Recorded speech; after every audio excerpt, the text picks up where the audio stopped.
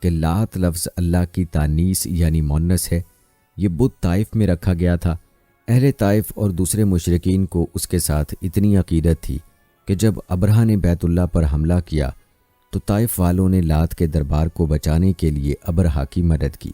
روایات کے مطابق لوگ اس بت کے سامنے رکوع و سجود اور نذر و نیاز پیش کرتے تھے۔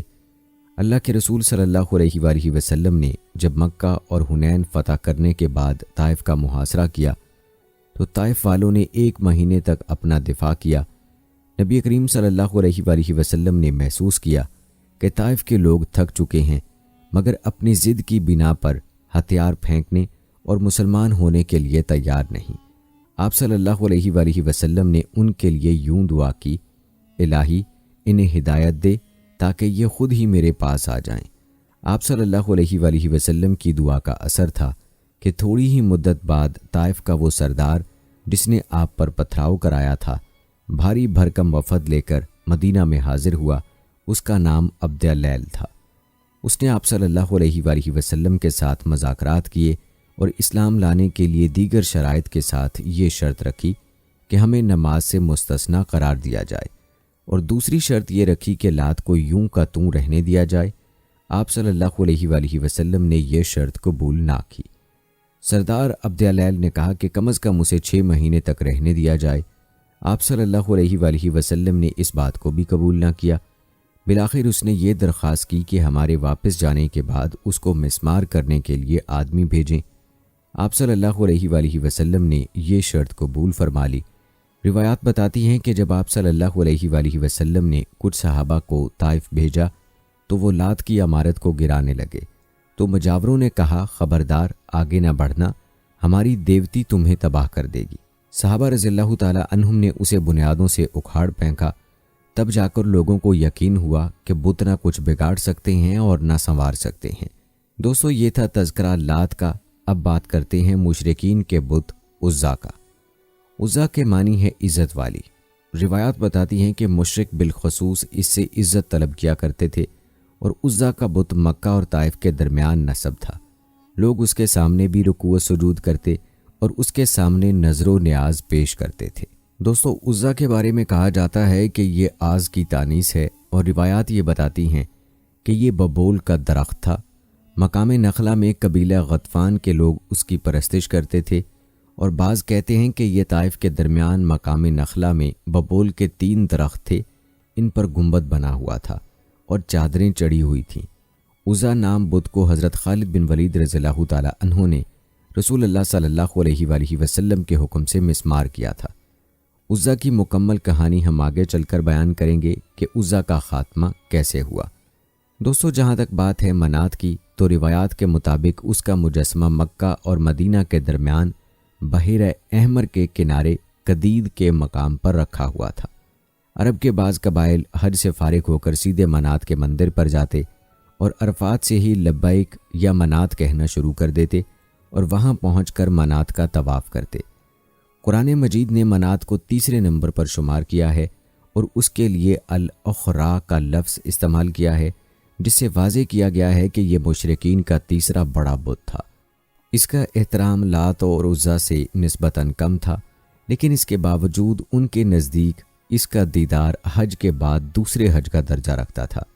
دوستو، علامہ محمود منات کے بارے میں تحریر فرماتے ہیں کہ منات ایک بت تھا، یہ مشلل کی طرف سمندر کے کنارے قدید میں موجود تھا۔ روایات کے مطابق رسول اللہ صلی اللہ علیہ وآلہ وسلم نے اس کو مسمار کرنے کے لیے حضرت ابو سفیان رضی اللہ تعالی عنہ کو بھیجا تھا، جنہوں نے اس کو ریزہ ریزہ کر دیا تھا۔ قبیلہ حزیل اور خزا اس کی پرستش کرتے تھے۔ اس کو منات اس لیے کہتے ہیں کہ منا قربانی کرنا ہے، اور مشرکین اس کے استھان پر اس کا تقرب حاصل کرنے کے لیے جانوروں کی قربانی کرتے تھے اور اس سے بارش طلب کرتے تھے۔ اور لات کو مسمار کرنے کے لیے رسول اللہ صلی اللہ علیہ وآلہ وسلم نے حضرت مغیرہ بن رضی اللہ تعالی عنہ کو اور حضرت ابو سفیان رضی اللہ تعالی عنہ کو بھیجا تھا۔ دوستو، مشرکین مکہ کا ایک اور بڑا بت حبل تھا، جس کو بیت اللہ کی چھت پر رکھا گیا تھا۔ مشرک اسے رب الارباب کا درجہ دیتے تھے۔ یہی وجہ ہے کہ احد کے میدان میں جب مکہ والوں کو جزوی طور پر فتح حاصل ہوئی تو ابو سفیان نے اولو حبل کا نعرہ لگایا جس کا صحابہ نے اللہ اعلی و اجل کے نعرے سے جواب دیا۔ دوستو آپ کو بتاتے چلیں کہ قرآن مجید نے 3 بڑے بتوں کا نام لیا ہے۔ تینوں کے نام مؤنث ہی ہیں اور آج بھی چین، جاپان، برما اور ہندوستان کے اکثر بتوں کے نام عورتوں کے نام پر اور ان کی شکلیں بھی عورتوں جیسی بنائی گئی ہیں جو نہایت خوبصورت اور پرکشش ہوتی ہیں۔ جس طرح مکہ والوں کا عقیدہ تھا کہ ملائکہ اللہ کی بیٹیاں ہیں، اسی طرح جاپان، چین اور دیگر ممالک کے کروڑوں لوگوں کا عقیدہ ہے کہ ملائکہ اللہ تعالیٰ کی بیٹیاں ہیں۔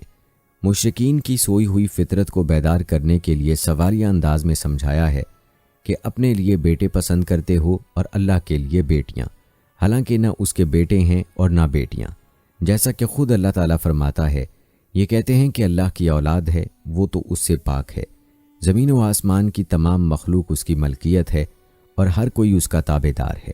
وہ زمین و آسمان کو ابتداً پیدا کرنے والا ہے، جو کام کرنا چاہتا ہے تو صرف حکم دیتا ہے کہ وہ ہو جا تو وہ ہو جاتا ہے۔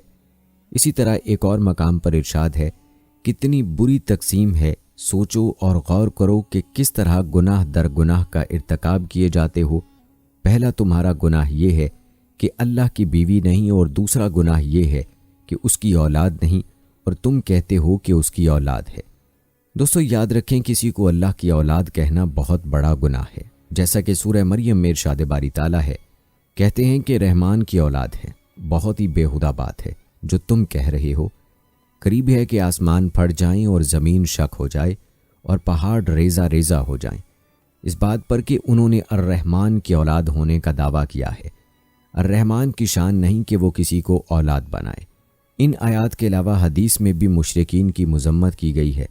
صحیح بخاری کی روایت میں حضرت ابو ہریرہ رضی اللہ تعالیٰ عنہ بیان کرتے ہیں، نبی کریم صلی اللہ علیہ وآلہ وسلم نے فرمایا کہ میرا خیال ہے اللہ تعالیٰ نے فرمایا، آدم کا بیٹا مجھے گالیاں دیتا ہے اور یہ اس کے لائق نہیں، اور وہ میری تکذیب کرتا ہے، اور وہ بھی اس کے لیے لائق نہیں، اس کا مجھے گالی دینا یہ ہے کہ میں نے اولاد پکڑی ہے، اور مجھے جھٹلانا اس کا یہ ہے کہ وہ کہتا ہے کہ مجھے دوبارہ نہیں لوٹایا جائے گا جس طرح مجھے پہلی بار پیدا کیا گیا۔ دوستو بعض روایات بتاتی ہیں کہ لات، منات اور عزا یہ تینوں دیویاں تھیں، اور ان کے بارے میں مشہور تھا کہ یہ اللہ کی بیٹیاں ہیں۔ استغفر اللہ۔ عربوں کے ہاں یہ بات بہت مشہور تھی، اس لیے ان کو اللہ کی بیٹیاں قرار دے کر ان کی عبادت کی جاتی تھی۔ یہ تینوں زنانہ بت پورے عرب میں سب سے زیادہ مشہور تھے۔ بعض روایات بتاتی ہیں کہ ان بتوں کے ساتھ 3 شیطانی چڑیلیں منسلک تھیں۔ لفظ چڑیل آپ دوستوں کو آسانی سے سمجھانے کے لیے استعمال کیا ہے۔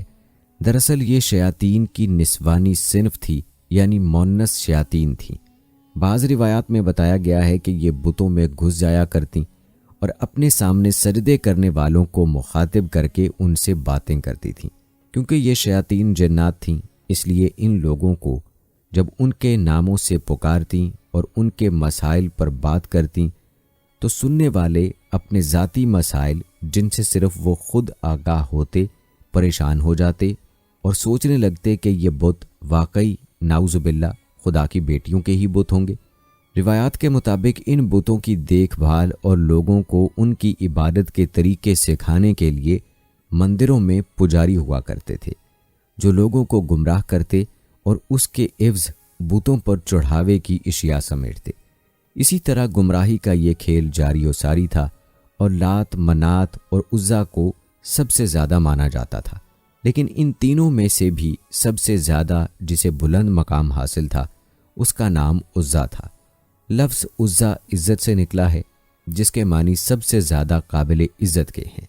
آئیے آپ کو عزا کی مکمل کہانی بتاتے ہیں۔ دوستو روایات کے مطابق عزا کا یہ بت خراز نامی ایک بستی میں واقع تھا۔ یہ بستی وادی نخلا میں سیوق اوقاز کے قریب واقع تھی۔ یاد رہے کہ یہ وہی مقام ہے جس کے قریب جنات کی ایک جماعت نے نبی کریم صلی اللہ علیہ وآلہ وسلم سے ملاقات کی، اور آپ صلی اللہ علیہ وآلہ وسلم نے ان کو دعوت اسلام دے کر مسلمان کیا تھا۔ روایات بتاتی ہیں کہ عزا کے بت کا ایک شاندار مندر بنایا گیا تھا۔ اس مندر میں دوبیا اسوینی نامی ایک پجاری عزا کے بت کی دیکھ بھال اور خدمت کرتا تھا۔ مندر کے سامنے تھوڑے فاصلے پر جھاؤ کے 3 درخت تھے۔ اردو میں اس درخت کو جھاؤ کہا جاتا ہے، جبکہ ہندی میں تمرس اور عربی میں اصل کہتے ہیں۔ یہ ایک خودرو صحرائی پودا ہوتا ہے، اجاڑ اور بیابان صحراؤں میں پیدا ہوتا ہے۔ اس کے پتے انتہائی کسیلے اور کڑوے ہوتے ہیں۔ اس کی ٹہنیوں سے ٹوکریاں بنائی جاتی ہیں۔ روایات بتاتی ہیں کہ جھاؤ کے ان درختوں پر عزا کا بسیرا تھا۔ اس بارے میں کسی کو علم نہیں تھا کہ وہ عزا بت جس کی پوجا کی جاتی ہے ایک شیطانی طاقت تھی جو ان درختوں پر رہتی تھی، جو اسی کے مندر کے قریب تھے۔ جب کبھی لوگ اس کی پوجا اور چڑھاووں اور منتوں کے لیے آتے تھے تو وہ مندر کے بت میں داخل ہو کر بولتی تھی، لوگوں کے مسئلے اپنی شیطانی قوتوں سے حل کرتی تھی اور ان کو بھٹکاتی تھی، اور اس کا آقا شیطان اس کی اس کارکردگی پر خوش تھا۔ لیکن دوستو، جب مکہ فتح کر لیا گیا تو کچھ ہی دنوں بعد بتوں کی شامت آ گئی۔ خانہ کعبہ میں رکھے ہوئے بت توڑے جانے لگے اور سچے رب کا نور چمکنے لگا۔ خانہ کعبہ سے بتوں کو ہٹانے کے بعد مختلف دیہاتوں بستیوں میں بنے مندروں کے بتوں کی باری آ گئی۔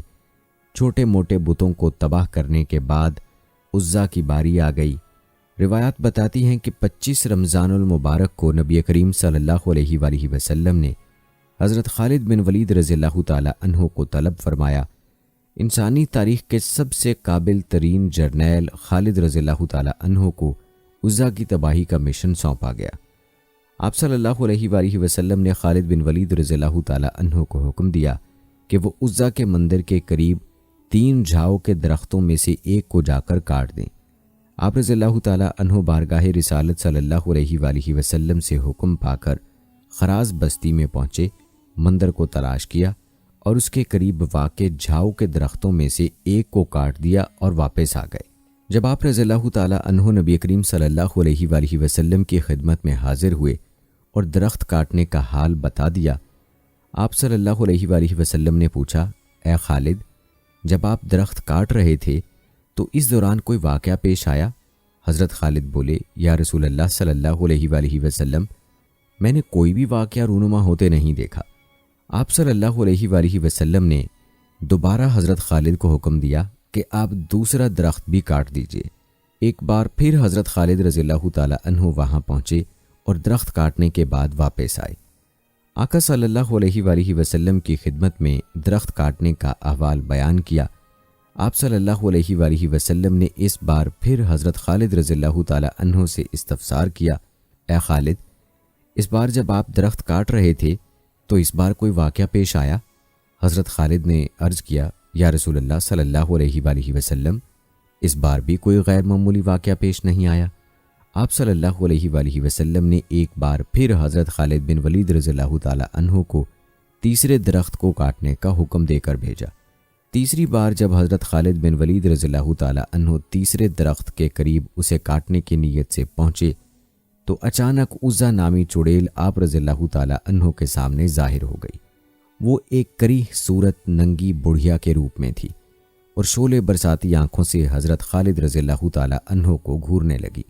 اچانک مندر کا پجاری بلند آواز سے پکار کر بولا، عزا، خالد کو قتل کر دے۔ اگر تو نے خالد کو قتل نہ کیا تو آج تو ذلیل و رسوا ہو جائے گی۔ عزا حضرت خالد رضی اللہ تعالی عنہ کی جانب بڑھی۔ آپ رضی اللہ تعالی عنہ نے تلوار نکالی اور اللہ کریم کا نام لے کر عزا پر حملہ کر دیا۔ پہلے ہی وار میں عزا کا سر تن سے جدا ہو گیا۔ اس کے زمین پر گرتے ہی اس کا جسم دھڑ دھڑ جلنے لگا۔ تھوڑی دیر بعد آپ رضی اللہ تعالی عنہ کے سامنے کوئلے کا ایک ڈھیر پڑا ہوا تھا۔ آپ رضی اللہ تعالی عنہ نے اسے قتل کرنے کے بعد اس کے بت کے بھی ٹکڑے کر دیے۔ پھر اس کے بعد مندر کے پجاری کو بھی قتل کر کے واپس روانہ ہوئے۔ آپ رضی اللہ تعالی عنہ نے سارا قصہ حضور صلی اللہ علیہ وآلہ وسلم کے گوش گزار کیا۔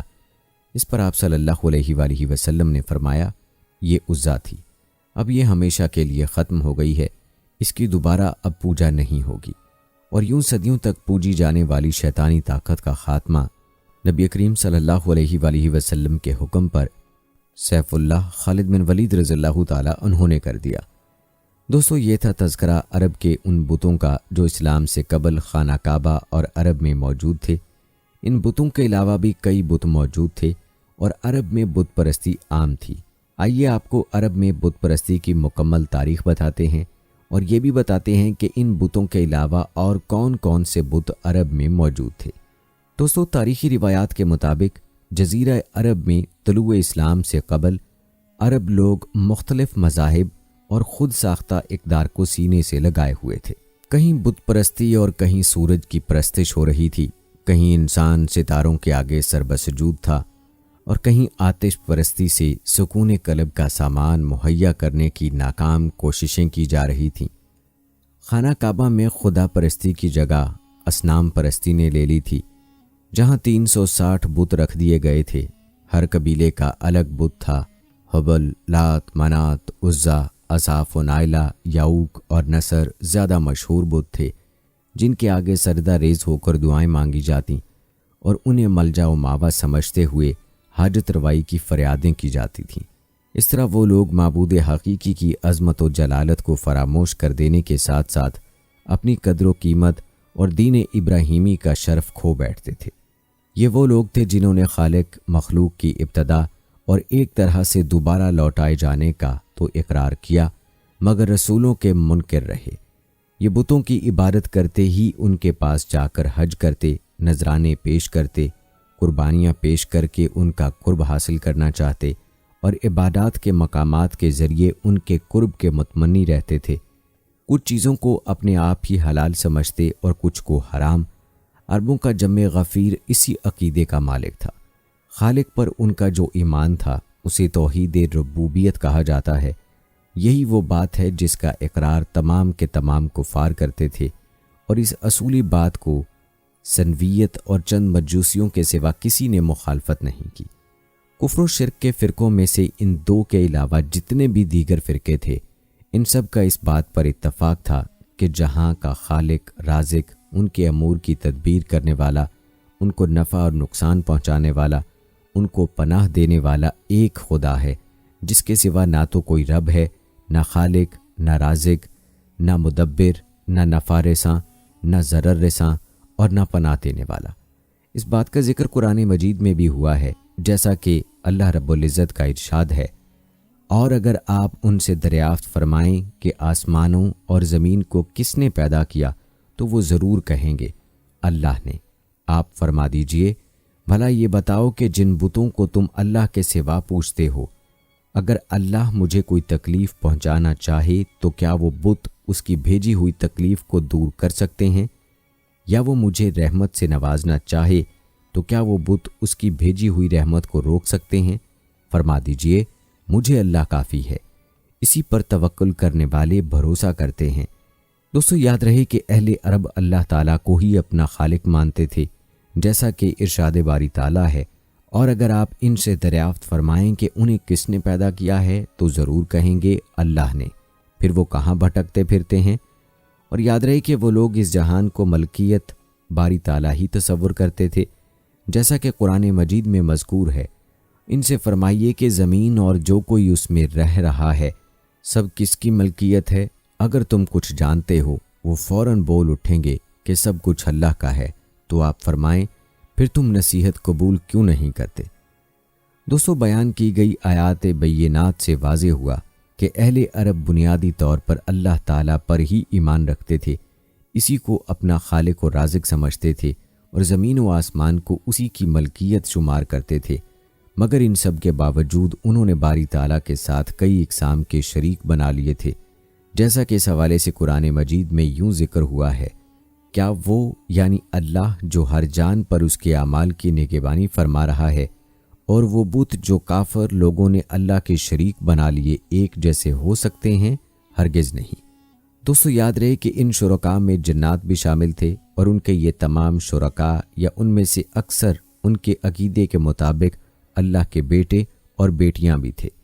چنانچہ سورہ انعام میں یوں ذکر ہوا ہے، اور ان کافروں نے جنات کو اللہ کا شریک بنایا، حالانکہ اسی نے ان کو پیدا کیا تھا، اور انہوں نے اللہ کے لیے بغیر علم و دانش کے لڑکے اور لڑکیاں بھی گھڑ لیں۔ وہ ان تمام باتوں سے پاک اور بلند و بالا ہے جو یہ اللہ کے متعلق کرتے پھرتے ہیں۔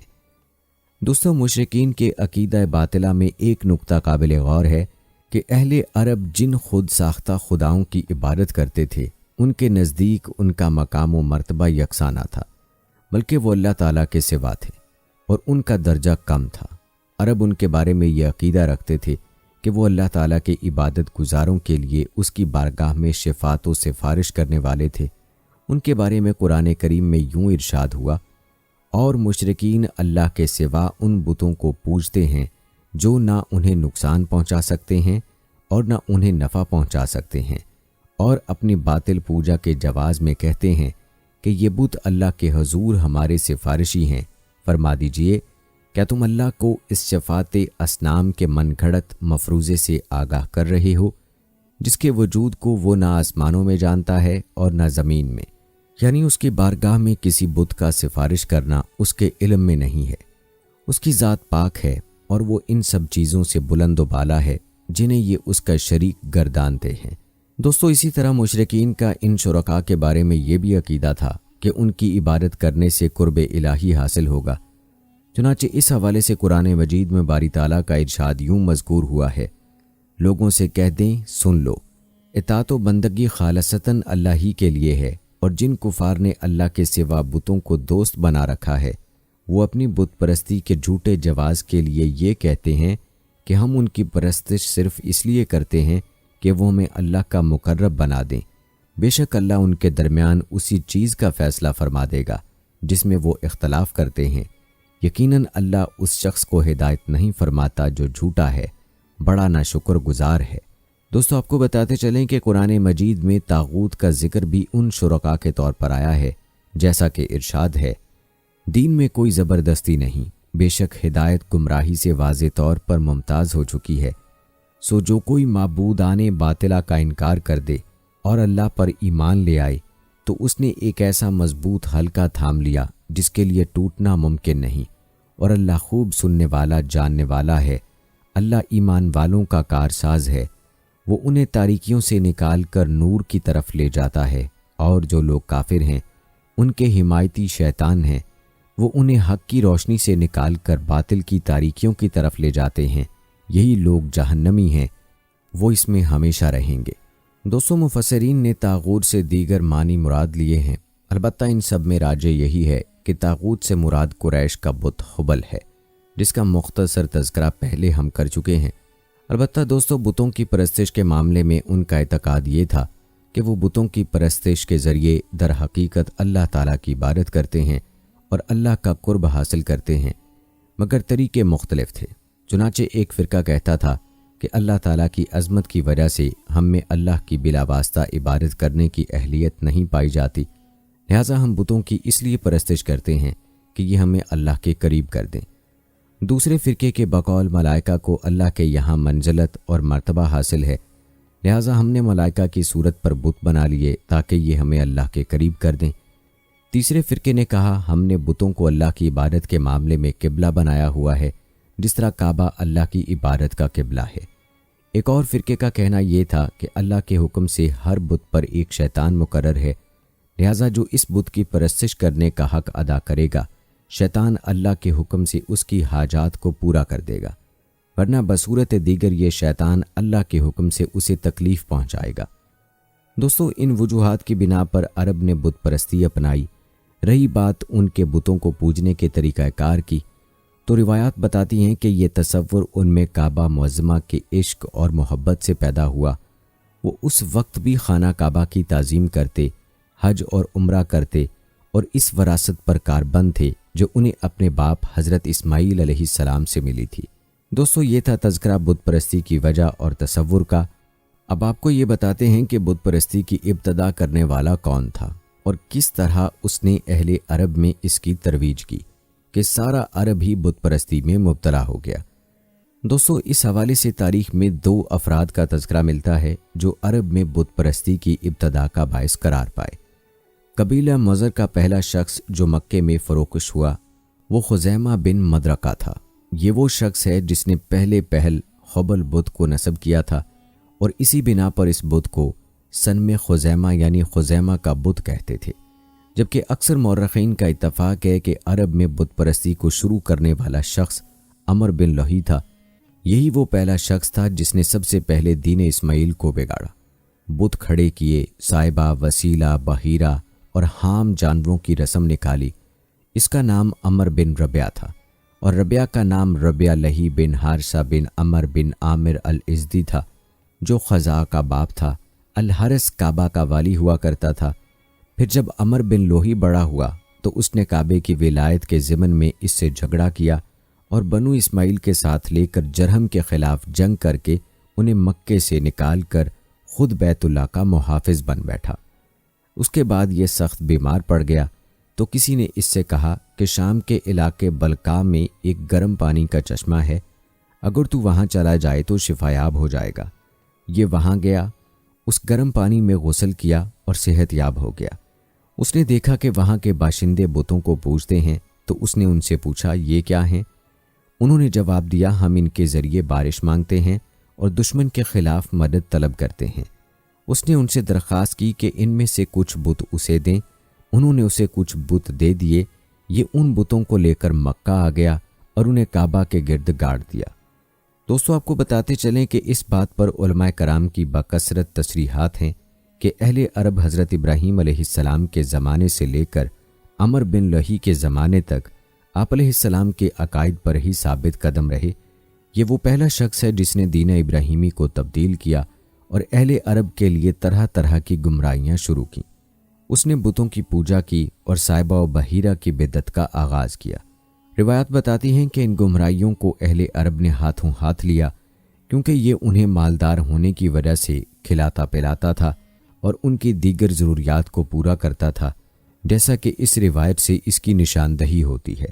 عمر اہل عرب کے لیے رب بن گیا۔ دین میں جس نئی بات کا وہ آغاز کرتا لوگ اسے دین سمجھ لیتے تھے۔ اس کی وجہ یہ تھی کہ وہ موسم حج میں لوگوں کو کھانا کھلایا کرتا اور انہیں لباس پہنایا کرتا تھا۔ بسا اوقات وہ موسم حج میں 10,000 اونٹ ذبح کرتا اور 10,000 ناداروں کو لباس پہناتا تھا۔ اس کے ساتھ ساتھ عمر بن لوہی ایک کاہن تھا اور اس نے کچھ وجوہات کی بنا پر عرب میں بت پرستی کی ابتدا کی تھی۔ کلبی نے کہا کہ عمر بن لوہی کاہن تھا جس کا ہمزاد جن تابع تھا اور اس نے عمر سے یہ الفاظ کہے تہامہ سے جلدی روانہ ہو جاؤ اور کوچ کر جاؤ سعادت مندی اور سلامتی کے ساتھ۔ جدہ جاؤ، وہاں تمہیں تیار بت ملیں گے، انہیں تہامہ میں لے آؤ، خوف نہ کھاؤ، پھر عربوں کو ان کی پوجا کرنے کی دعوت دو، لوگ تمہاری بات مان لیں گے۔ پھر عمر نے ایسا ہی کیا اور لوگوں کو بت پرستی کی طرف بلانے لگا۔ جیسا کہ تاریخی روایت ہے، عمر بن لہی وہ پہلا شخص ہے جس نے دین اسماعیل کو تبدیل کیا اور بتوں کی پرستش شروع کی۔ اہل عرب کو ان کی عبادت کا حکم دیا۔ اسی کے بارے میں نبی کریم صلی اللہ علیہ وآلہ وسلم کا ارشاد ہے کہ میں نے عمر بن لوہی کو دیکھا کہ وہ آتش جہنم میں اپنا کسب یعنی اپنی آتیں گھسیٹ رہا تھا۔ دوستو یہ وہ شخص تھا جس نے عرب کو توحید باری تعالیٰ سے ہٹا کر بت پرستی کی ذلت سے دوچار کیا، اور اس کے نظریات کی مقبولیت میں اس کے مال خرچ کرنے نے بہت فائدہ دیا۔ دوستو کہتے ہیں بت پرستی اور بتوں کے لیے عربوں کی عقیدت و احترام نے رفتہ رفتہ ان کے دلوں میں بتوں کی الفت میں یہاں تک اضافہ کیا کہ وہ تمام خدائی کام ان سے منسوب کیا کرتے تھے اور ان کی شان میں قصائد کہتے، جس میں ان بتوں کے اوصاف بیان کیے جاتے۔ عربوں کی فطرت میں مبالغہ آرائی شامل تھی۔ وہ اونٹوں اور گھوڑوں کے فضائل بیان کرنے میں حد سے آگے بڑھ جاتے تھے۔ یہ بت تو ان کے اپنے ہاتھوں سے بنائے ہوئے خدا تھے۔ یہ کیسے ممکن تھا کہ وہ ان کی تعریف و توصیف بیان نہ کرتے اور ان کو اپنی زندگی میں امتیازی مقام نہ عطا کرتے؟ ان پتھروں کو وہ انصاب کہاں کرتے تھے؟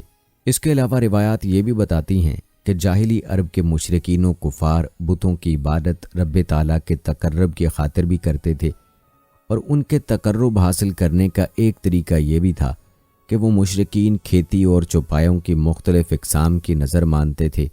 ان کی تردید میں اللہ تبارک و تعالیٰ کا ارشاد ہے، اور اپنے خیال باطل سے یہ بھی کہتے ہیں کہ یہ مخصوص مویشی اور کھیتی ممنوع ہے، اسے کوئی نہیں کھا سکتا سوائے اس کے جسے ہم چاہیں، اور یہ کہ بعض چوپائے ایسے ہیں جن کی پیٹھ پر سواری کو حرام کیا گیا ہے، اور بعض مویشی ایسے ہیں کہ جن پر ذبح کے وقت یہ لوگ اللہ کا نام نہیں لیتے۔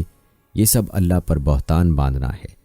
دوستو آپ کو بتاتے چلیں کہ قرب حاصل کیے جانے والے جانوروں کے بتوں میں سے بالخصوص بحیرہ، صائبہ، وسیلہ اور حام قابل ذکر ہیں۔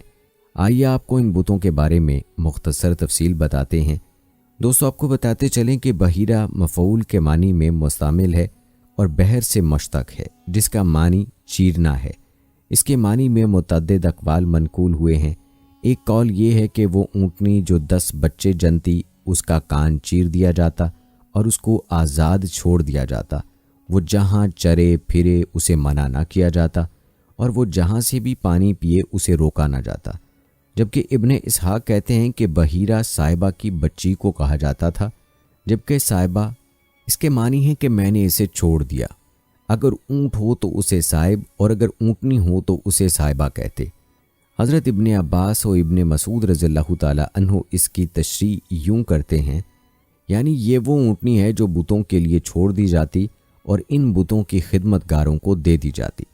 اس کا دودھ مسافروں اور ضرورت مندوں کے بغیر اور کوئی نہیں پی سکتا تھا۔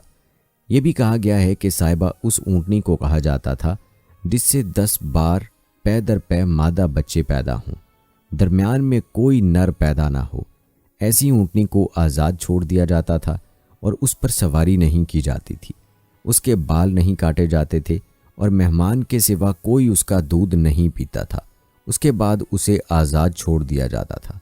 دوستو جہاں تک بات ہے وسیلہ کی، تو وسیلہ اس بکری کو کہا جاتا تھا جو 5 دفعہ پے در پے 2 مادہ بچے جنتی، یعنی 5 بار میں 10 بار مادہ بچے پیدا ہوتے، درمیان میں کوئی نر پیدا نہ ہوتا۔ اس بکری کو اس لیے وسیلہ کہا جاتا تھا کہ وہ سارے مادہ بچوں کو ایک دوسرے سے جوڑ دیتی تھی۔ اس کے بعد اس بکری سے جو بچے پیدا ہوتے انہیں صرف مرد کھا سکتے تھے، عورتیں نہیں کھا سکتی تھیں۔ البتہ اگر کوئی بچہ مردہ پیدا ہوتا تو اس کو مرد و عورت سبھی کھا سکتے تھے۔ اس کے بعد حام کا ذکر آتا ہے جس کا معنی ہے روکنا، منع کرنا۔ اس کا معنی یہ بتایا گیا ہے کہ وہ نر اونٹ جس کا بچہ رفتی کے قابل ہو جائے تو کہتے ہیں اس نے اپنی پشت کو محفوظ کر لیا ہے، لہٰذا اس پر سواری نہیں کی جائے گی۔ اسے بتوں کی خاطر چھوڑ دیا گیا تو اس پر بوجھ نہیں لادا جائے گا۔ حضرت ابن عباس اور ابن مسعود رضی اللہ تعالی عنہ سے اس کی تشریح یوں منقول ہے، جس کی پشت سے 10 بچے پیدا ہوتے، عرب کہتے اس نے اپنی پیٹھ کو محفوظ کر لیا، پس اس پر بوجھ نہ لادا جائے۔ معلوم ہوا کہ حام اس نر اونٹ کو کہتے تھے کہ جس کے عمل سے پے در پے 10 مادہ بچے پیدا ہوتے، درمیان میں کوئی نر پیدا نہ ہوتا۔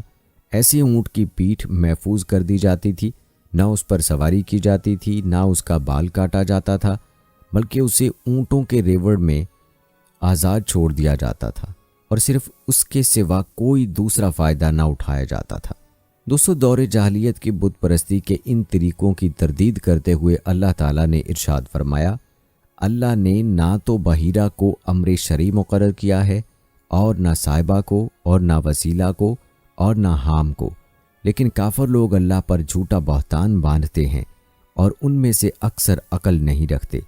ایک دوسری جگہ فرمایا، اور یہ بھی کہتے ہیں کہ جو بچہ ان چوپایوں کے پیٹ میں ہے وہ ہمارے مردوں کے لیے مخصوص ہے اور ہماری عورتوں پر حرام کر دیا گیا ہے، اور اگر وہ بچہ مرا ہوا پیدا ہو تو وہ مرد اور عورتیں سب اس میں شریک ہوتے ہیں، عنقریب وہ انہیں ان کی من گھڑت باتوں کی سزا دے گا، بے شک وہ بڑی حکمت والا خوب جاننے والا ہے۔ دوستو آپ کو بتاتے چلیں کہ چوپایوں کی بیان کی گئی اقسام یعنی بحیرہ، صاحبہ وغیرہ کے کچھ دوسرے مطالب بھی بیان کیے گئے ہیں جو ابن اسحاق کی بیان کی گئی تفسیر سے قدرے مختلف ہیں۔ مثلا حضرت سعید بن مسیب رضی اللہ تعالی عنہ کا بیان ہے کہ یہ جانور ان کے طاغوتوں کے لیے تھے، اور صحیح بخاری میں مرفوعاً مروی ہے کہ عمر بن لہی پہلا شخص ہے جس نے بتوں کے نام پر چھوڑے گئے جانوروں کے حرام ہو جانے کی رسم نکالی۔ دوستو کہتے ہیں جب اہل عرب بت پرستی میں مبتلا ہوئے تو ان کا یہ حال ہو گیا کہ جس قدر ان میں مختلف قبائل تھے اسی قدر بت پرستی بھی مختلف انواع تھی۔ ہر قبیلے کا بت الگ، اس کا نام الگ، اس کا کام الگ اور ان کے مقام جدا۔ الغرض ہر شخص اپنی حیثیت کے مطابق بت پرستی کرتا تھا۔ اس حوالے سے وضاحت کرتے ہوئے ابو المنظر کلبی لکھتے ہیں، عرب بت پرستی میں منہمک رہے، کسی نے تو ایک بت خانہ بنا رکھا تھا اور کسی نے بت تیار کر لیا تھا۔ جو بت خانہ نہیں بنا سکتا تھا یا بت تیار نہیں کر سکتا تھا وہ حرم کے سامنے ایک پتھر گاڑ دیا کرتا یا حرم کے علاوہ جہاں بہتر سمجھتا پتھر گاڑ کر اس کے ارد گرد اس شان سے طواف کرتا جس طرح بیت اللہ کے گرد طواف کیا جاتا ہے۔ دوستو، اسی حوالے سے بیان کرتے ہوئے ڈاکٹر جواد علی تحریر کرتے ہیں، جب کوئی شخص سفر کو روانہ ہوتا اور کسی مقام پر پڑاؤ ڈالتا تو 4 عدد پتھر لے کر سب سے اچھا چھانٹ کر اسے معبود سمجھ لیتا اور باقی 3 کو چولہے کے طور پر رکھ لیتا۔ جب وہاں سے روانہ ہوتا اور کسی اور مقام پر پڑاؤ ڈالتا تو اسی طرح کرتا۔ وہ اس کے لیے خون بہاتے اور قربانیاں پیش کرتے تاکہ اس کا قرب پا سکیں۔ یہ کوئی پہلا واقعہ نہیں تھا، بلکہ انہوں نے مکہ جیسی مقدس سرزمین کی بے حرمتی کی، بلکہ ان کا فسق و فجور روز بروز بڑھتا جا رہا تھا، یہاں تک کہ اگر ان کے کسی شخص کو زنا کے لیے کوئی جگہ نہ ملتی تو وہ خود کعبے میں آ کر بدکاری کرتا۔ دوستو، ایک روایت ہے جس میں ابو عثمان الہندی نے زمانہ جاہلیت میں عرب کی بت پرستی کا حال بیان کرتے ہوئے لکھا ہے، زمانہ جاہلیت میں ہم ایک بت کی پوجا کیا کرتے تھے۔ ایک روز ہم نے ایک اعلان سنا، کوئی کہہ رہا تھا کہ اے لوگو، تمہارا خدا ہلاک ہو گیا ہے، اب کوئی نیا رب تلاش کرو۔ ہم نکلے اور وادی کے سارے نشیب و فراز کو چھان مارا تاکہ ہمیں کوئی ایسا پتھر مل جائے جس کو ہم اپنا خدا بنا لیں۔ اسی اثنا میں ہم نے ایک منادی کرنے والے کی بلند آواز سنی کہ لوگو آ جاؤ، ہم نے تمہارے لیے ایک خدا ڈھونڈ لیا ہے۔ جب ہم وہاں آئے تو ایک پتھر رکھا ہوا تھا، ہم نے اس پر جانور ذبح کیے، خون سے اس کو لت پت کر دیا اور اس کے بعد اس کی پوجا شروع کر دی۔ دوستوں، ان کی بت پرستی کو دیکھتے ہوئے اگر یوں کہا جائے کہ بتوں کے بارے میں ان کے رویے نہایت عجیب اور مضحکہ خیز تھے تو درست ہوگا، اس لیے کہ ان کو اس معاملے میں کسی دلیل کی ضرورت نہیں تھی۔ بتوں کے انتخاب میں ان کا کوئی معیار بھی نہیں تھا کہ کس طرح کا بت ہونا چاہیے جو ان کی قوم، قبیلے یا ان کے ذہنی رجحان کا معیار بتا سکے۔ دوستو، یاد رہے کہ جزیرہ عرب میں قبیلہ قریش کو خانہ کعبہ کی وجہ سے مرکزیت حاصل تھی اور ان کا بت حبل تھا، جسے قریش اور مکہ کی وجہ سے عرب کا عظیم بت کہا جاتا تھا، اور اس کے علاوہ بھی ان کے کئی مشہور بت تھے جن میں سے لات، منات اور عزا کا ذکر ہم پہلے کر چکے ہیں۔ یہاں چند مزید بتوں کے بارے میں بھی آپ کو بتاتے ہیں۔ دوستو، حبل کے بارے میں روایات بتاتی ہیں کہ یہ انسانی شکل کا سرخ عقیق سے بنا ہوا بت تھا جس کا دایاں ہاتھ ٹوٹا ہوا تھا۔ قریش کو یہ بت اسی طرح ملا تھا، بعد میں انہوں نے اس کا ہاتھ سونے کا بنا دیا تھا۔ اسے سب سے پہلے خزیمہ بن مدرکہ نے یہاں لا کر رکھا تھا، چنانچہ اسے حبل خزیمہ کہا جاتا تھا۔ دوستو، حبل کے علاوہ اہل مکہ کے 2 معبودوں کے نام اصاف اور نائلہ تھے۔ روایات کے مطابق یہ اصلاً انسان تھے۔ انہوں نے کعبہ معظمہ میں تنہائی سے فائدہ اٹھاتے ہوئے زنا کیا تو اس گناہ کی پاداش میں اللہ تعالیٰ نے ان کے جسم مسخ فرما کر انہیں پتھر کا بنا دیا۔ ابتداً تو ان دونوں سے عبرت حاصل کی جاتی رہی، لیکن کچھ عرصے کے بعد ان دونوں کی پوجا ہونے لگی۔ اصاف بنی جرم کا ایک مرد تھا جس کا پورا نام اصاف بن یالا تھا، اور نائلہ ایک عورت تھی جس کا پورا نام نائلہ بنت زید تھا۔ یہ بھی جرہم قبیلے سے تھی اور یہ دونوں یمن میں رہتے تھے۔ قافلے کے ساتھ حج کرنے کے لیے یہ دونوں مکہ آئے اور اسی اثنا میں کعبہ میں داخل ہوئے تو وہاں اور کوئی آدمی نہیں تھا۔ اس تنہائی سے فائدہ اٹھاتے ہوئے انہوں نے خانہ خدا میں بدفعلی کا ارتکاب کیا اور اللہ تعالیٰ نے ان دونوں کو پتھر بنا دیا۔ جب دوسرے لوگ کعبہ کے اندر گئے تو ان کو اس مسخ شدہ حالت میں دیکھ کر وہاں سے اٹھایا اور باہر رکھ دیا تاکہ ان کے دردناک انجام سے لوگ عبرت حاصل کریں۔ جب انہیں یہاں پڑے پڑے ایک مدت گزر گئی اور بت پوجنے کا رواج ہو گیا تو اور بتوں کے ساتھ ان کی بھی پوجا ہونے لگی۔ ان میں سے ایک کعبے سے متصل تھا، دوسرا زمزم کے مقام پر تھا۔ قریش نے کعبے کے پاس والے کو اٹھا کر دوسرے کے ساتھ رکھ دیا۔ عرب ان دونوں کے پاس آ کر جانور اور اونٹ ذبح کیا کرتے تھے۔ جب فتح مکہ کے دن رسول اللہ صلی اللہ علیہ وآلہ وسلم غالب آ گئے تو آپ صلی اللہ علیہ وآلہ وسلم مسجد حرام میں داخل ہوئے۔ ابھی تک یہ بت کعبے کے گرد رکھے ہوئے تھے۔ نبی اکرم صلی اللہ علیہ وآلہ وسلم اپنی کمان کے خمیدہ حصے کو ان کی آنکھوں اور چہروں میں چبھوتے اور فرماتے جاتے، اور فرما دیجئے حق آ گیا اور باطل بھاگ گیا، بے شک باطل نے زائل و نابود ہی ہو جانا ہے۔ اس کے بعد حضرت صلی اللہ علیہ وآلہ وسلم نے حکم دیا کہ ان کو اوندے منہ کر دیا جائے اور انہیں مسجد حرام سے نکال کر جلا دیا گیا۔ دوستو، آصاف و نائلہ کے علاوہ عرب کے مشہور بتوں میں الخلصہ، نحیک اور متم الطیر بھی شامل تھے۔ یہ تینوں عرب کے وہ بت تھے جن پر یہ چڑھاوے بھی چڑھایا کرتے تھے۔ چنانچہ اس بارے میں امام ازرقی ابو اسحاق سے روایت نقل کرتے ہوئے لکھتے ہیں، عمر بن لوہی نے مکہ کے زیریں علاقے میں الخلصہ بت کو نصب کیا۔ اس نے صفا پر ہوا چلانے والا ایک بت نحیک نصب کیا اور پرندوں کو کھلانے والا بت مروہ پر نصب کیا۔ یعنی خلصہ، نحیک اور ماتم الطیر یہ تینوں بت تھے اور انہیں نصب کرنے والا عمر بن لوہی تھا۔ اس روایت سے یہ بھی واضح ہوا کہ اہل عرب نحیک کے بارے میں یہ عقیدہ رکھتے تھے کہ یہ بت ہواؤں کو چلاتا ہے۔ ان کے علاوہ ان کا ایک بت مناف بھی تھا۔ مناف کا معنی ہے بلندی۔ عربوں نے اسی کے نام پر عبد مناف رکھا تھا۔ روایت کے مطابق حائضہ عورتیں نہ تو ان بتوں کے قریب آتی تھیں اور نہ انہیں چھوتی تھیں، صرف ایک طرف ہو کر کھڑی ہوتی تھیں۔ اس بت کی نسبت یہ معلوم نہیں ہوا کہ یہ بت کہاں نصب کیا گیا اور اسے کس نے نصب کیا۔ دوستو، ان بتوں کے علاوہ لات، منات اور عزا عربوں کے معروف بت تھے۔ البتہ عربوں کے مشہور بتوں میں جو مزید نام ہیں وہ ود، سوا، یغوث اور یعوق و نصر کے ہیں، جن کا تذکرہ قرآن پاک میں بھی ہوا ہے۔ روایات بتاتی ہیں کہ ود نامی بت دومت الجندل میں نصب تھا اور بنی کلب اس کو پوجتے تھے۔ یہ تہمت باندھے ہوئے اور چادر اوڑھے ہوئے ایک دراز قد آدمی کی صورت پر بنا ہوا تھا۔ اس کے گلے میں تلوار پڑی تھی اور یہ ہاتھ میں کمان کھینچے ہوئے تھا۔ آگے ایک تیروں سے بھرا ہوا ترکش اور لڑائی کا جھنڈ تھا۔ رسول اللہ صلی اللہ علیہ وآلہ وسلم نے خالد بن ولید رضی اللہ تعالی عنہ کو اس بت کے گرانے کے لیے مامور کیا۔ بنی ازرا اور بنی عامر نے خالد بن ولید رضی اللہ تعالی عنہ سے اس کے ڈھانے میں مزاحمت کی تو خالد بن ولید رضی اللہ تعالی عنہ نے ان سے جنگ کر کے ان کو قتل کر دیا اور اس بت کو گرا کر ریزہ ریزہ کر دیا۔ دوستو، سوا نامی بت منبع میں نصب تھا اور اس بت کو مجاور بنی اللحان تھے۔ مزر و حزیل اور جو لوگ اس کے آس پاس رہتے تھے اس کو پوجتے تھے۔ اس حوالے سے ایک شاعر نے کہا ہے، تو انہیں اپنے قبلے کے پاس مقیم دیکھے گا جس طرح حزیل سوا کے گرد بیٹھے رہتے ہیں۔ دوستو، اس سے معلوم ہوا کہ یہ ان بتوں کے پاس اعتکاف بھی کرتے تھے اور عاجزی و انکساری کا اظہار بھی کیا کرتے تھے۔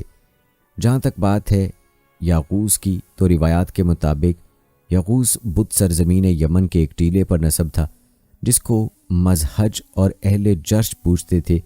ابو عثمان کہتے ہیں کہ میں نے یغوث کو دیکھا جو سیسے کی ایک قسم رانگ کا بنا ہوا تھا۔ لوگ اسے اونٹ پر لادے پھرتے تھے، جہاں اونٹ بیٹھ جاتا یہیں اس کو پوجنے لگتے تھے اور کہتے تھے کہ تمہارا پروردگار اس منزل سے خوش ہے۔ یہ پہلے بنی مراد کا معبود تھا، پھر سبا کے پاس بنی غطیف بھی اس کی پوجا میں شریک ہو گئے۔ دوستو، یعوق کی صورت گھوڑے جیسی تھی اور یہ قریہ خیوان میں نصب تھا۔ روسینا سے 2 رات کے فاصلے پر تھا۔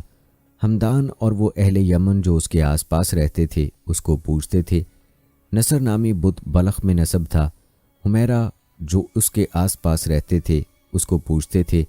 طرابلسی بیان کرتے ہیں کہ نصر کی شکل عقاب کی مانند تھی۔ دوستو، آپ کو بتاتے چلیں کہ یہ 5 بت وہ تھے جن کی نوح علیہ السلام کی قوم بھی پوجا کرتی تھی، اور ان کا ذکر اللہ تعالیٰ نے قرآن مجید میں یوں فرمایا ہے، اور قوم نوح کے افراد کہتے رہو کہ تم اپنے معبودوں کو مت چھوڑنا، اور ود اور سوا اور یغوث اور یعوق اور نصر نامی بتوں کو بھی ہرگز نہ چھوڑنا۔ دوستو، ابو منظر ان 5 بتوں کے بنائے جانے کے بارے میں بیان کرتے ہیں۔ ود، سوا، یغوث، یعوق اور نصر قوم کے صالحین تھے۔ ان کا انتقال ہو گیا تو ان کے لواحقین پر ان کا شدید صدمہ ہوا، جس پر ایک شخص نے انہیں کہا، اے لوگو، کیا میں تمہارے لیے ان کی صورت میں 5 بت نہ تیار کر دوں؟ بس میں ان میں روح نہیں پھونک سکتا۔ انہوں نے کہا، ہاں ضرور۔ پس اس نے ان کی صورتوں پر 5 بت بنا کر ان کے لیے نصب کر دیے۔ یعنی یہ 5 دراصل قوم کے صالحین افراد میں سے تھے جن کی وفات نے اہل قرابت کو انتہائی غمزدہ کر دیا تھا۔ کسی نے ان کی غمزدگی کو کم کرنے کے لیے ان کے بت بنائے، لیکن زمانہ گزر جانے کے بعد اگلی نسلوں میں سے کسی نے ان کی پوجا شروع کر دی، جس وجہ سے عرب جاہلیت تک کے مشرکین ان کی پوجا کرتے تھے۔ دوستو، اس کے علاوہ بھی عربوں میں کئی بت مختلف ناموں سے مشہور تھے، لیکن سب کا تذکرہ یہاں ممکن نہیں۔ دوستو، یہ تھی ہماری آج کی ویڈیو۔ کمنٹ سیکشن میں اپنی رائے کا اظہار ضرور کریں اور بتائیں کہ آپ اگلی ویڈیو کون سے ٹاپک پر دیکھنا چاہتے ہیں۔ آپ کی قیمتی رائے ہمارے لیے بہت اہمیت رکھتی ہے۔ جانے سے پہلے ویڈیو کو شیئر ضرور کریں، چینل کو سبسکرائب کر کے بیل نوٹیفیکیشن کو ضرور آن کر لیں تاکہ لیٹسٹ اپلوڈ ہونے والی ویڈیوز کا نوٹیفیکیشن آپ تک بر وقت پہنچتا رہے۔ مجھے اگلی ویڈیو تک اجازت دیں۔ فی امان اللہ۔